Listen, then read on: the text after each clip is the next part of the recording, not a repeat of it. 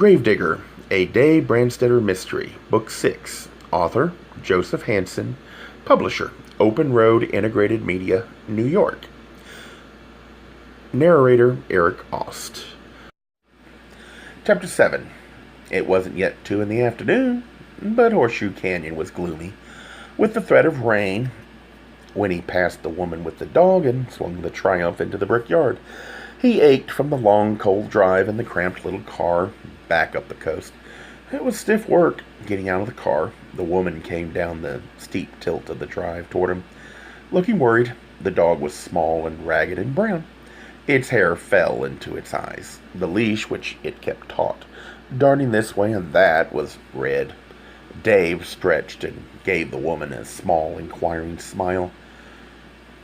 "Mr. Brandstetter, isn't it?" she asked. He nodded, and she said, "I'm Hilda Vesper. I live just up the road." A triangle of plastic was tied over her gray hair. She wore a raincoat cinched tight at the waist. Jeans showed under the raincoat.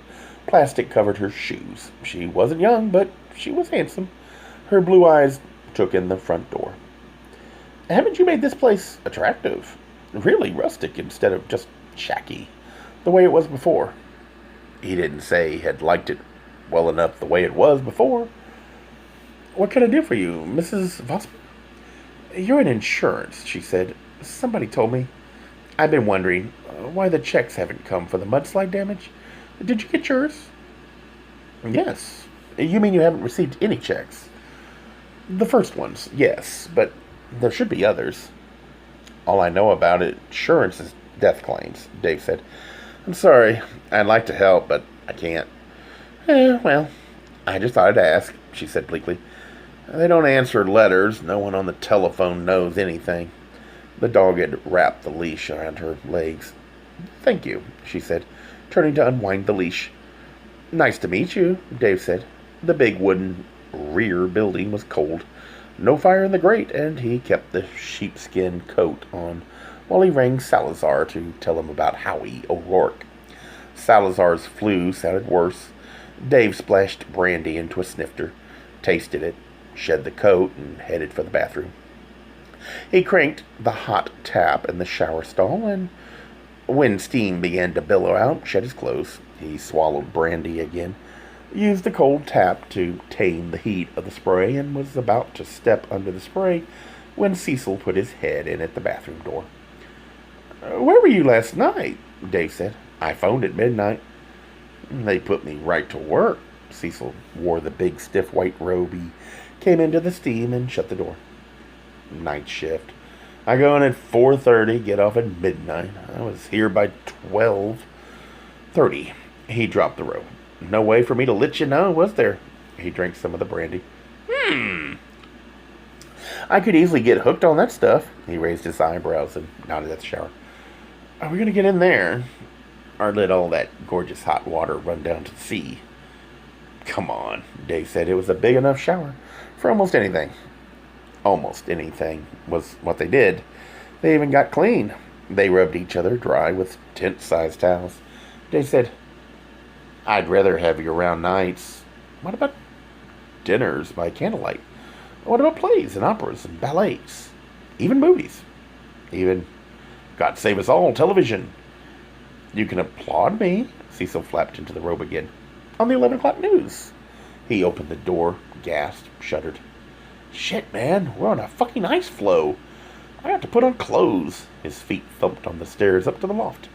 Dave put on his own bathrobe and followed. Rain pattered steadily, now on the slope of roof just above them, quivering with cold. Cecil whipped into undershorts, t-shirt, bulky white sweater, warm wool pants. He sat on the broad, unmade bed to pull on thick white socks. "Maybe I won't have that shift too long, if I'm as dazzling as I think I am." He bent to tie his shoes. "I hope you're right." Dave opened drawers and got out clothes for himself. "Damn Edwards, anyway." "You're not thinking," Cecil said. "How many plays, operas, and ballets did you see last night? You were working, right? And the night before working?" He jumped up from the bed and ran downstairs. "I'm going to start a fire. Warm this place up."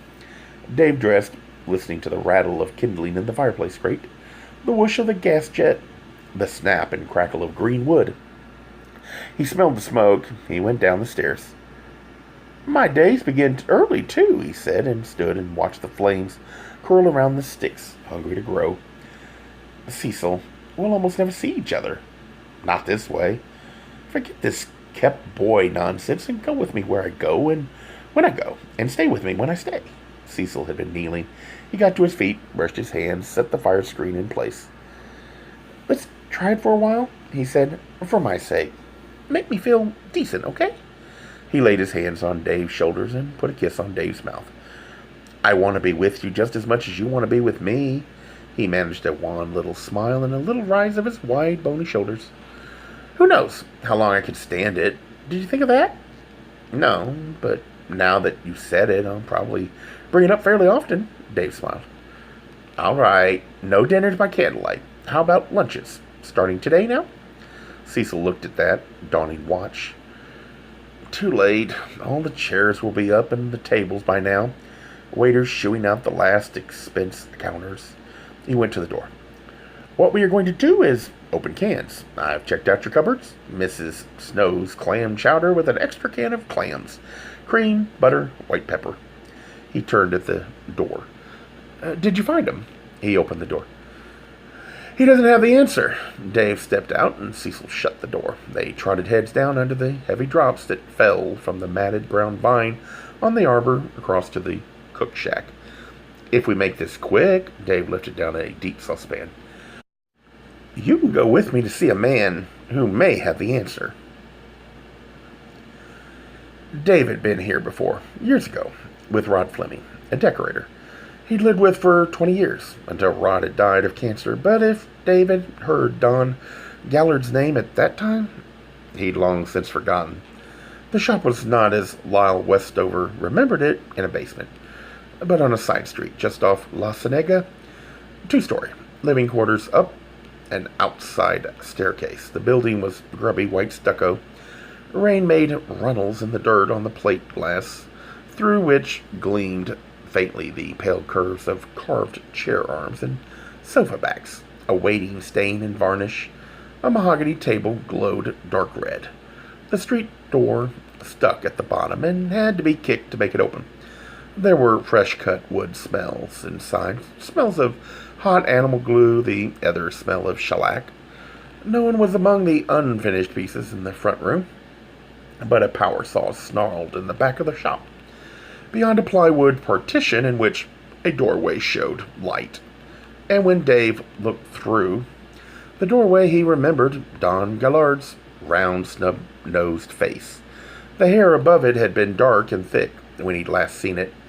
Now it was gray and thin on a pink scalp. But the man still had boyishly rosy cheeks and blue eyes that were a little too gentle. He switched off the saw when he noticed Dave and Cecil and came through a snowfall of sawdust toward them. His eyes flicked quickly over Cecil, obviously pleased with what he saw. He held out his hand. Its grip was firm. It's not about furniture, Dave handed over his card. It's about Charles Westover. Insurance? Gillard looked puzzled. Dave explained about the claim on Serenity's policy. Oh, no! Gillard was shaken and the color left his face. Surely not. She was such a lovely little girl. Oh, dear, oh, dear. The insurance people aren't sure it's true, Dave said.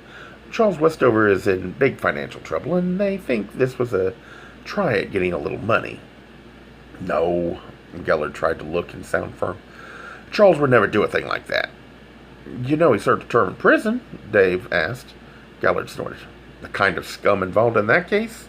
Always arrange for someone else to take the punishment. He didn't bribe witnesses, Dave said. He didn't stand by while men were murdered? Gallard said impatiently. Just why are you here? Westover's disappeared. I'm trying to find him. He borrowed $20,000 from me the day before he vanished. I thought you might know where he is. A door at the back of the shop opened. Damp air came in, the rattle of rain outside on trash barrels in an alley. The rosy, snub-nosed woman who entered was in her 60s. Damp scarf over her hair. Old raincoat, scuffed shoes. From under her coat, she took a brown paper sack. Soup, she said. Eat it while it's hot. She set the bag on a workbench, turned, and was startled to see Dave and Cecil. "Oh, I'm sorry," she said. Gallard stood as rigid as something he'd put together out of wood with pegs and glue. He didn't look at her. He didn't make introductions between clenched teeth. He said, "Goodbye, Mother," when she had gone back into the dismal alley and pulled shut the heavy metal-covered door after her. Gallard glanced over his shoulder at it, then asked Dave in an indignant whisper, "Who says I lent him $20,000? "Lyle," Dave said. "You remember Lyle?" Gallard's testiness melted in a sentimental smile. "When he and Serenity were young, we had wonderful times together. Disneyland, SeaWorld, the sound of music." He shook his head fondly and laughed. His teeth needed looking after. "I loved being with those children. I guess I never grew up myself," he soared. "I miss them." "They miss you," Dave said. "Lyle does. He never understood why you stopped coming around." "What happened?" Gallard looked away. "It's not relevant." Cecil said, "His parents found out you were gay, right?" "What?" Gallard grew red in the face. "What'd you say?" His eyes narrowed. "How dare you come into my shop and say such things to me?" He closed big fist and took a step. "Get out of here." Cecil backed, hands up, laughing shakily. "Hey, man, it was a friendly question." Dave caught Gallard's arm. "Easy? Think, how would he guess that? How would I?" Gallard blinked, dropped his arms, stared at the two of them for a second, smiled a sickly little smile. "Oh," he said.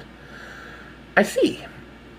But there's more, isn't there? The reason you gave Westover that money when he turned up after 10 long years was that you were in love with him. And you never stopped loving him. Not when he got married. Not when he finally told you to go away." "He never did," Gallard cried.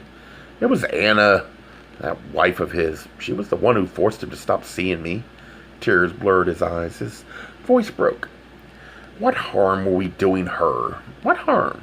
For 10 years she never knew, and then she stumbled on us together, and her life was ruined. Ridiculous." His mouth twisted in contempt. It had never made the slightest difference between them. She hadn't the vaguest. He was a loving husband and a wonderful provider. We saw each other alone once a week. Oh, sometimes twice. She never guessed. His thick fingers wiped at his tears. He took a deep breath. "All right. He was in trouble, and I helped him. He'd have done it for me." "You really believe that?" Dave said. Gallard swelled up. "Absolutely. I know him better than anyone in this world." "Then you won't be surprised to learn what happened to the money you lent him." Dave told the story as Lyle had told it to him. Gallard sagged a little, but he kept a straight face. No surprise showed, no disappointment. When Dave stopped talking, what showed was charity. Poor Chase. What rotten luck. On top of all his other troubles, and Lyle left him alone? At a time like that? I'm surprised. He always seemed so sensitive. "He still is," Dave said. "He tried to kill himself. Luckily, there weren't enough pills." "Kill himself?" Gallard's hands blade open against his big chest. "Whatever for?" "Out of shame for how his father used you." "But I was happy to have the chance to help Chas. Surely Lyle must have known that." "He knew," Dave said, "that only made his father's taking advantage of you more humiliating. Charles didn't come back here afterward and apologize, now did he?" "Doesn't Anna know where he is?" "I asked her for the names of friends he might have gone to. She didn't mention yours." Gallard's laugh was brief and sour. "No, I imagine not." He looked straight and deliberately into Dave's eyes. "I haven't any idea where he's gone, but I'm sorry that he didn't feel he could come back to me." You're not sorry about the $20,000? "I'm sorry that it didn't save him," Gellert said. "Call me if you hear from him, will you?" Dave said. "You're mistaken if you think he tried to cheat your insurance company," Gellert said. "It's not like that." "He's changed," Dave said. "You didn't notice." "He will always be the same to me," Gellert said. Outside, angling their long legs into the Triumph and out of the rain, slamming the doors, Dave started the engine, Cecil lighting cigarettes for them both. They looked at each other. Cecil passed Dave a cigarette. "He's lying about something," he said. Dave let the handbrake go and rolled the little car to the corner to wait for a speeding stream of rain-glazed cars to splash past on that long midnight drive back from El Segundo. In the rolls, had Lyle, without guessing it, actually managed to make his father see himself for what he had become? "You think Westover came back here, begging forgiveness for wasting Gallard's money, and Gallard smashed his skull in with a Queen Anne leg? Why wasn't it his life savings?" Cecil said. "No way did he want his mama to know about it, and he was not telling us everything, man. Something he knows we aren't ever going to know, you know? And maybe that was it." Uncle Don, Dave jammed the stubby shift stick into low, and the Triumph shot across La Cienega on its way to the television studio, where Cecil had to be at work in 20 minutes. Lyle called him the kindest man. "He was about to saw me up on that table," Cecil said. "Like poor White," Dave said. "Pearl," Cecil said. "White? Will you be serious?" But both of them were laughing too hard. A voice said, "I thought I'd find you here." Romano's was quiet in its aromatic shadows, white napery and candlelight. It was early for dinner. Silver and glassware glinted on empty tables. Dave had come straight here from dropping off Cecil. He would pick him up at midnight. It was going to be a long evening. He had begun killing it with double scotches. Then there'd been a simple little salad, fresh-baked salt bread, sweet butter. Now there was ras de valeur à la crème at Ox Champagnons, and a bottle of Sunny Ridge, Pignac Blanc, 1975. He was trying to keep from feeling sorry for himself. He looked up. Miles Edwards looked elegant in hand-loomed tweed. His smile was tentative. He held a manila envelope. "All right if I join you?" Dave lowered his head and went on eating. Edwards sat down. He laid the envelope beside his place, setting. "I'm not here to apologize," he said. Dave tore off a chunk of bread and buttered it. He didn't look at Edwards. "I'm pleased about you and Amanda. Delighted.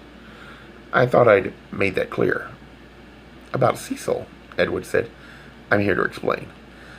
"If I wanted an explanation," Dave said, "I'd have asked for it. An explanation isn't going to undo the mischief you've made. Suppose we forget it." Edwards tugged at the snowy cuffs of his linen shirt so that they showed an inch below his jacket cuffs. "He's very young," he said. "So are you," Dave said, "or you wouldn't be trying this." He looked around the hushed restaurant. "Where's Amanda?" "Dining with clients in Malibu."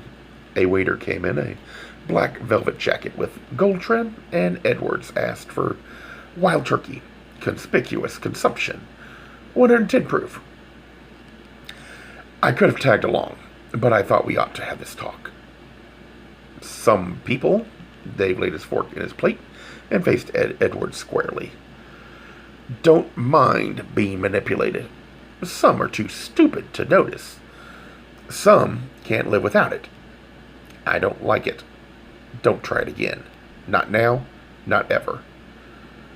"You're good at what you do," Edwards said. "You're a superstar. You didn't get that way with a closed mind. You're acting emotional. Why can't you be fair with me?" Dave laughed, shook his head, picked up his fork again, and went to work on the creamy sweetbreads and mushrooms. He drank some of the crisp wine. He touched his mouth with his napkin and laughed again. "Emotional," he said. "Why in the world would I be emotional?" Edwards said, "Because you love that boy. Or I think you do. What about him?